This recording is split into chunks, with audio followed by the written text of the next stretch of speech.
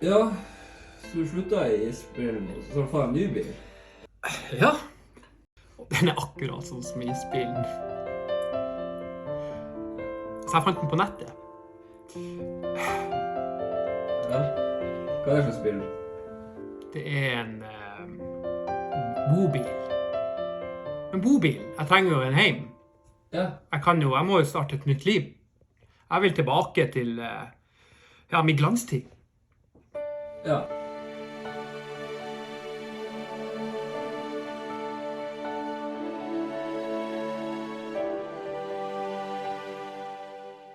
Egentlig skulle jeg jo ta gullbilen. Tja, gullbilen. Når det er sol, så skinner den som av gull.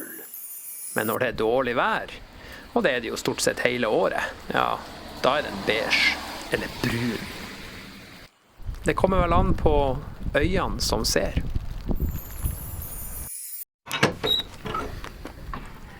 Opprinnelig hadde jeg tenkt å bo inni der, men det var ikke plass til keyboardet. Jeg kan jo ikke ligge og spille. Jeg ble helt stresset. Så jeg ringte en venn.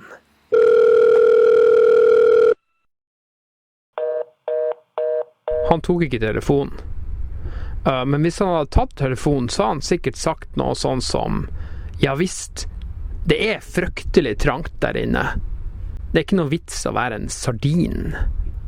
Du er en tiger, ikke sant? Et rovdyr. Du trenger et ordentlig bur. Kjøp deg en feit bobil. Du kan få en god pris hvis du har gode kontakter.» Og den kvelden fikk jeg et tilbud jeg ikke kunne si nei til. Det var et gullfunn. En drøm på hjul. Plass nok til både dobbeltseng og studio med ordentlige høyttalere. Skikkelige høyttalere. Jeg lå våken hele natta og tenkte på alle mulighetene. Jeg så det for meg. Jeg skulle være en slags mobil høvding. Kjøre rundt og styre showet. Den tyngste bilen med de breieste dekkene. Jeg kunne kjøre helt til Sahara og lenger. Jeg må ringe grytidlig. Og klokka, hun ble 4, og hun ble 5. Men å ringe klokka 6, det var litt for tidlig. Og i 7:30-tida så søvnet jeg på sofaen. Og da jeg våkna, var bilen solgt.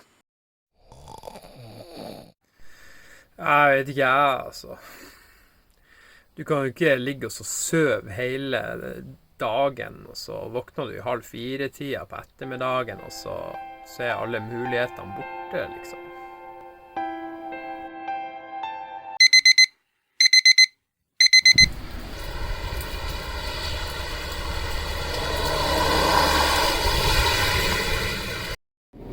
Yes, da har vi kommet til bilen, og jeg skal gjøre en liten test her for å se hvordan det er å bli en YouTuber.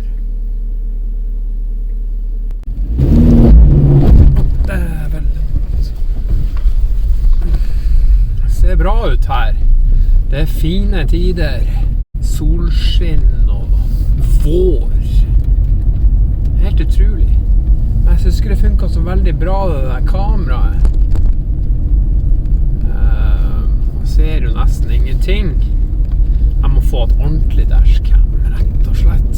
Hvis det skal bli noe ut av det her reisa, jeg slår det bare av her. Det er ikke noe å se på i nabolaget uansett. Så stopper vi her. Skal vi se. Yes, da var vi kommet til bobilavdelingen.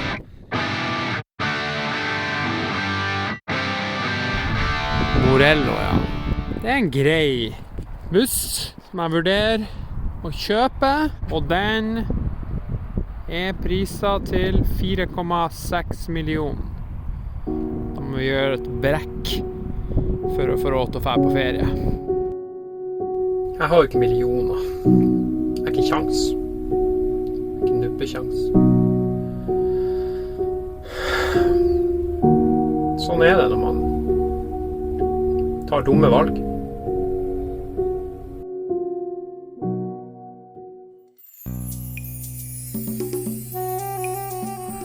nå, i dette øyeblikk mens jeg var her, så fikk jeg en melding om at denne bilen fortsatt er ledig. Kjøperen trakk seg. It's a howling moon tonight. På den tida tenkte jeg ikke over muligheten at det kunne ha vært en grunn til at den andre kjøperen ikke ville ha drømmebilen. Han hadde ringt selgeren og sagt at han tar bilen, usett. Og så hadde han kommet ned, hentet bilen og kjørt hjem. Og så hadde han snudd og kjørt tilbake.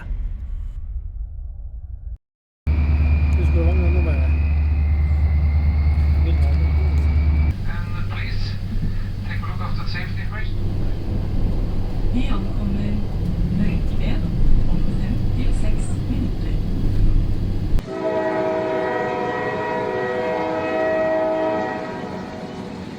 Og når jeg satt der, alene i vogna, og så på landskapet som suste forbi, så spurte jeg meg selv egentlig hvor det var jeg skulle hen, og hvorfor jeg skulle dit, og sånne ting. Og så ga jeg meg selv et spark bak og et klapp på skuldra. Så sa jeg til meg selv at ikke tenk sånne tunge tanker. Tenk lyse tanker. Tenk på det som kommer og det som venter på deg bak neste sving, bak neste fjelltopp.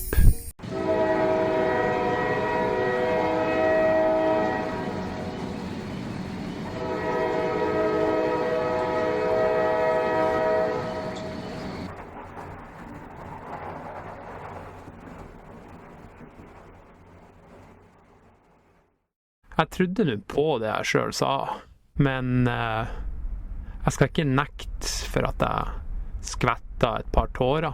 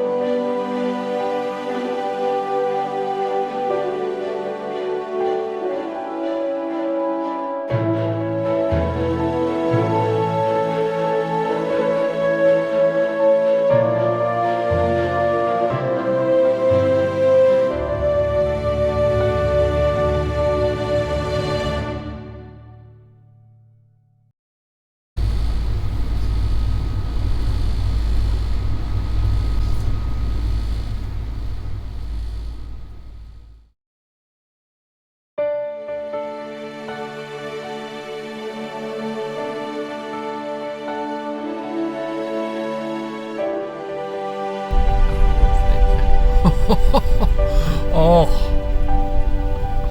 den ser så bra ut, det er helt utrolig. Ja, den er så rå, det er nesten ikke til å forstå.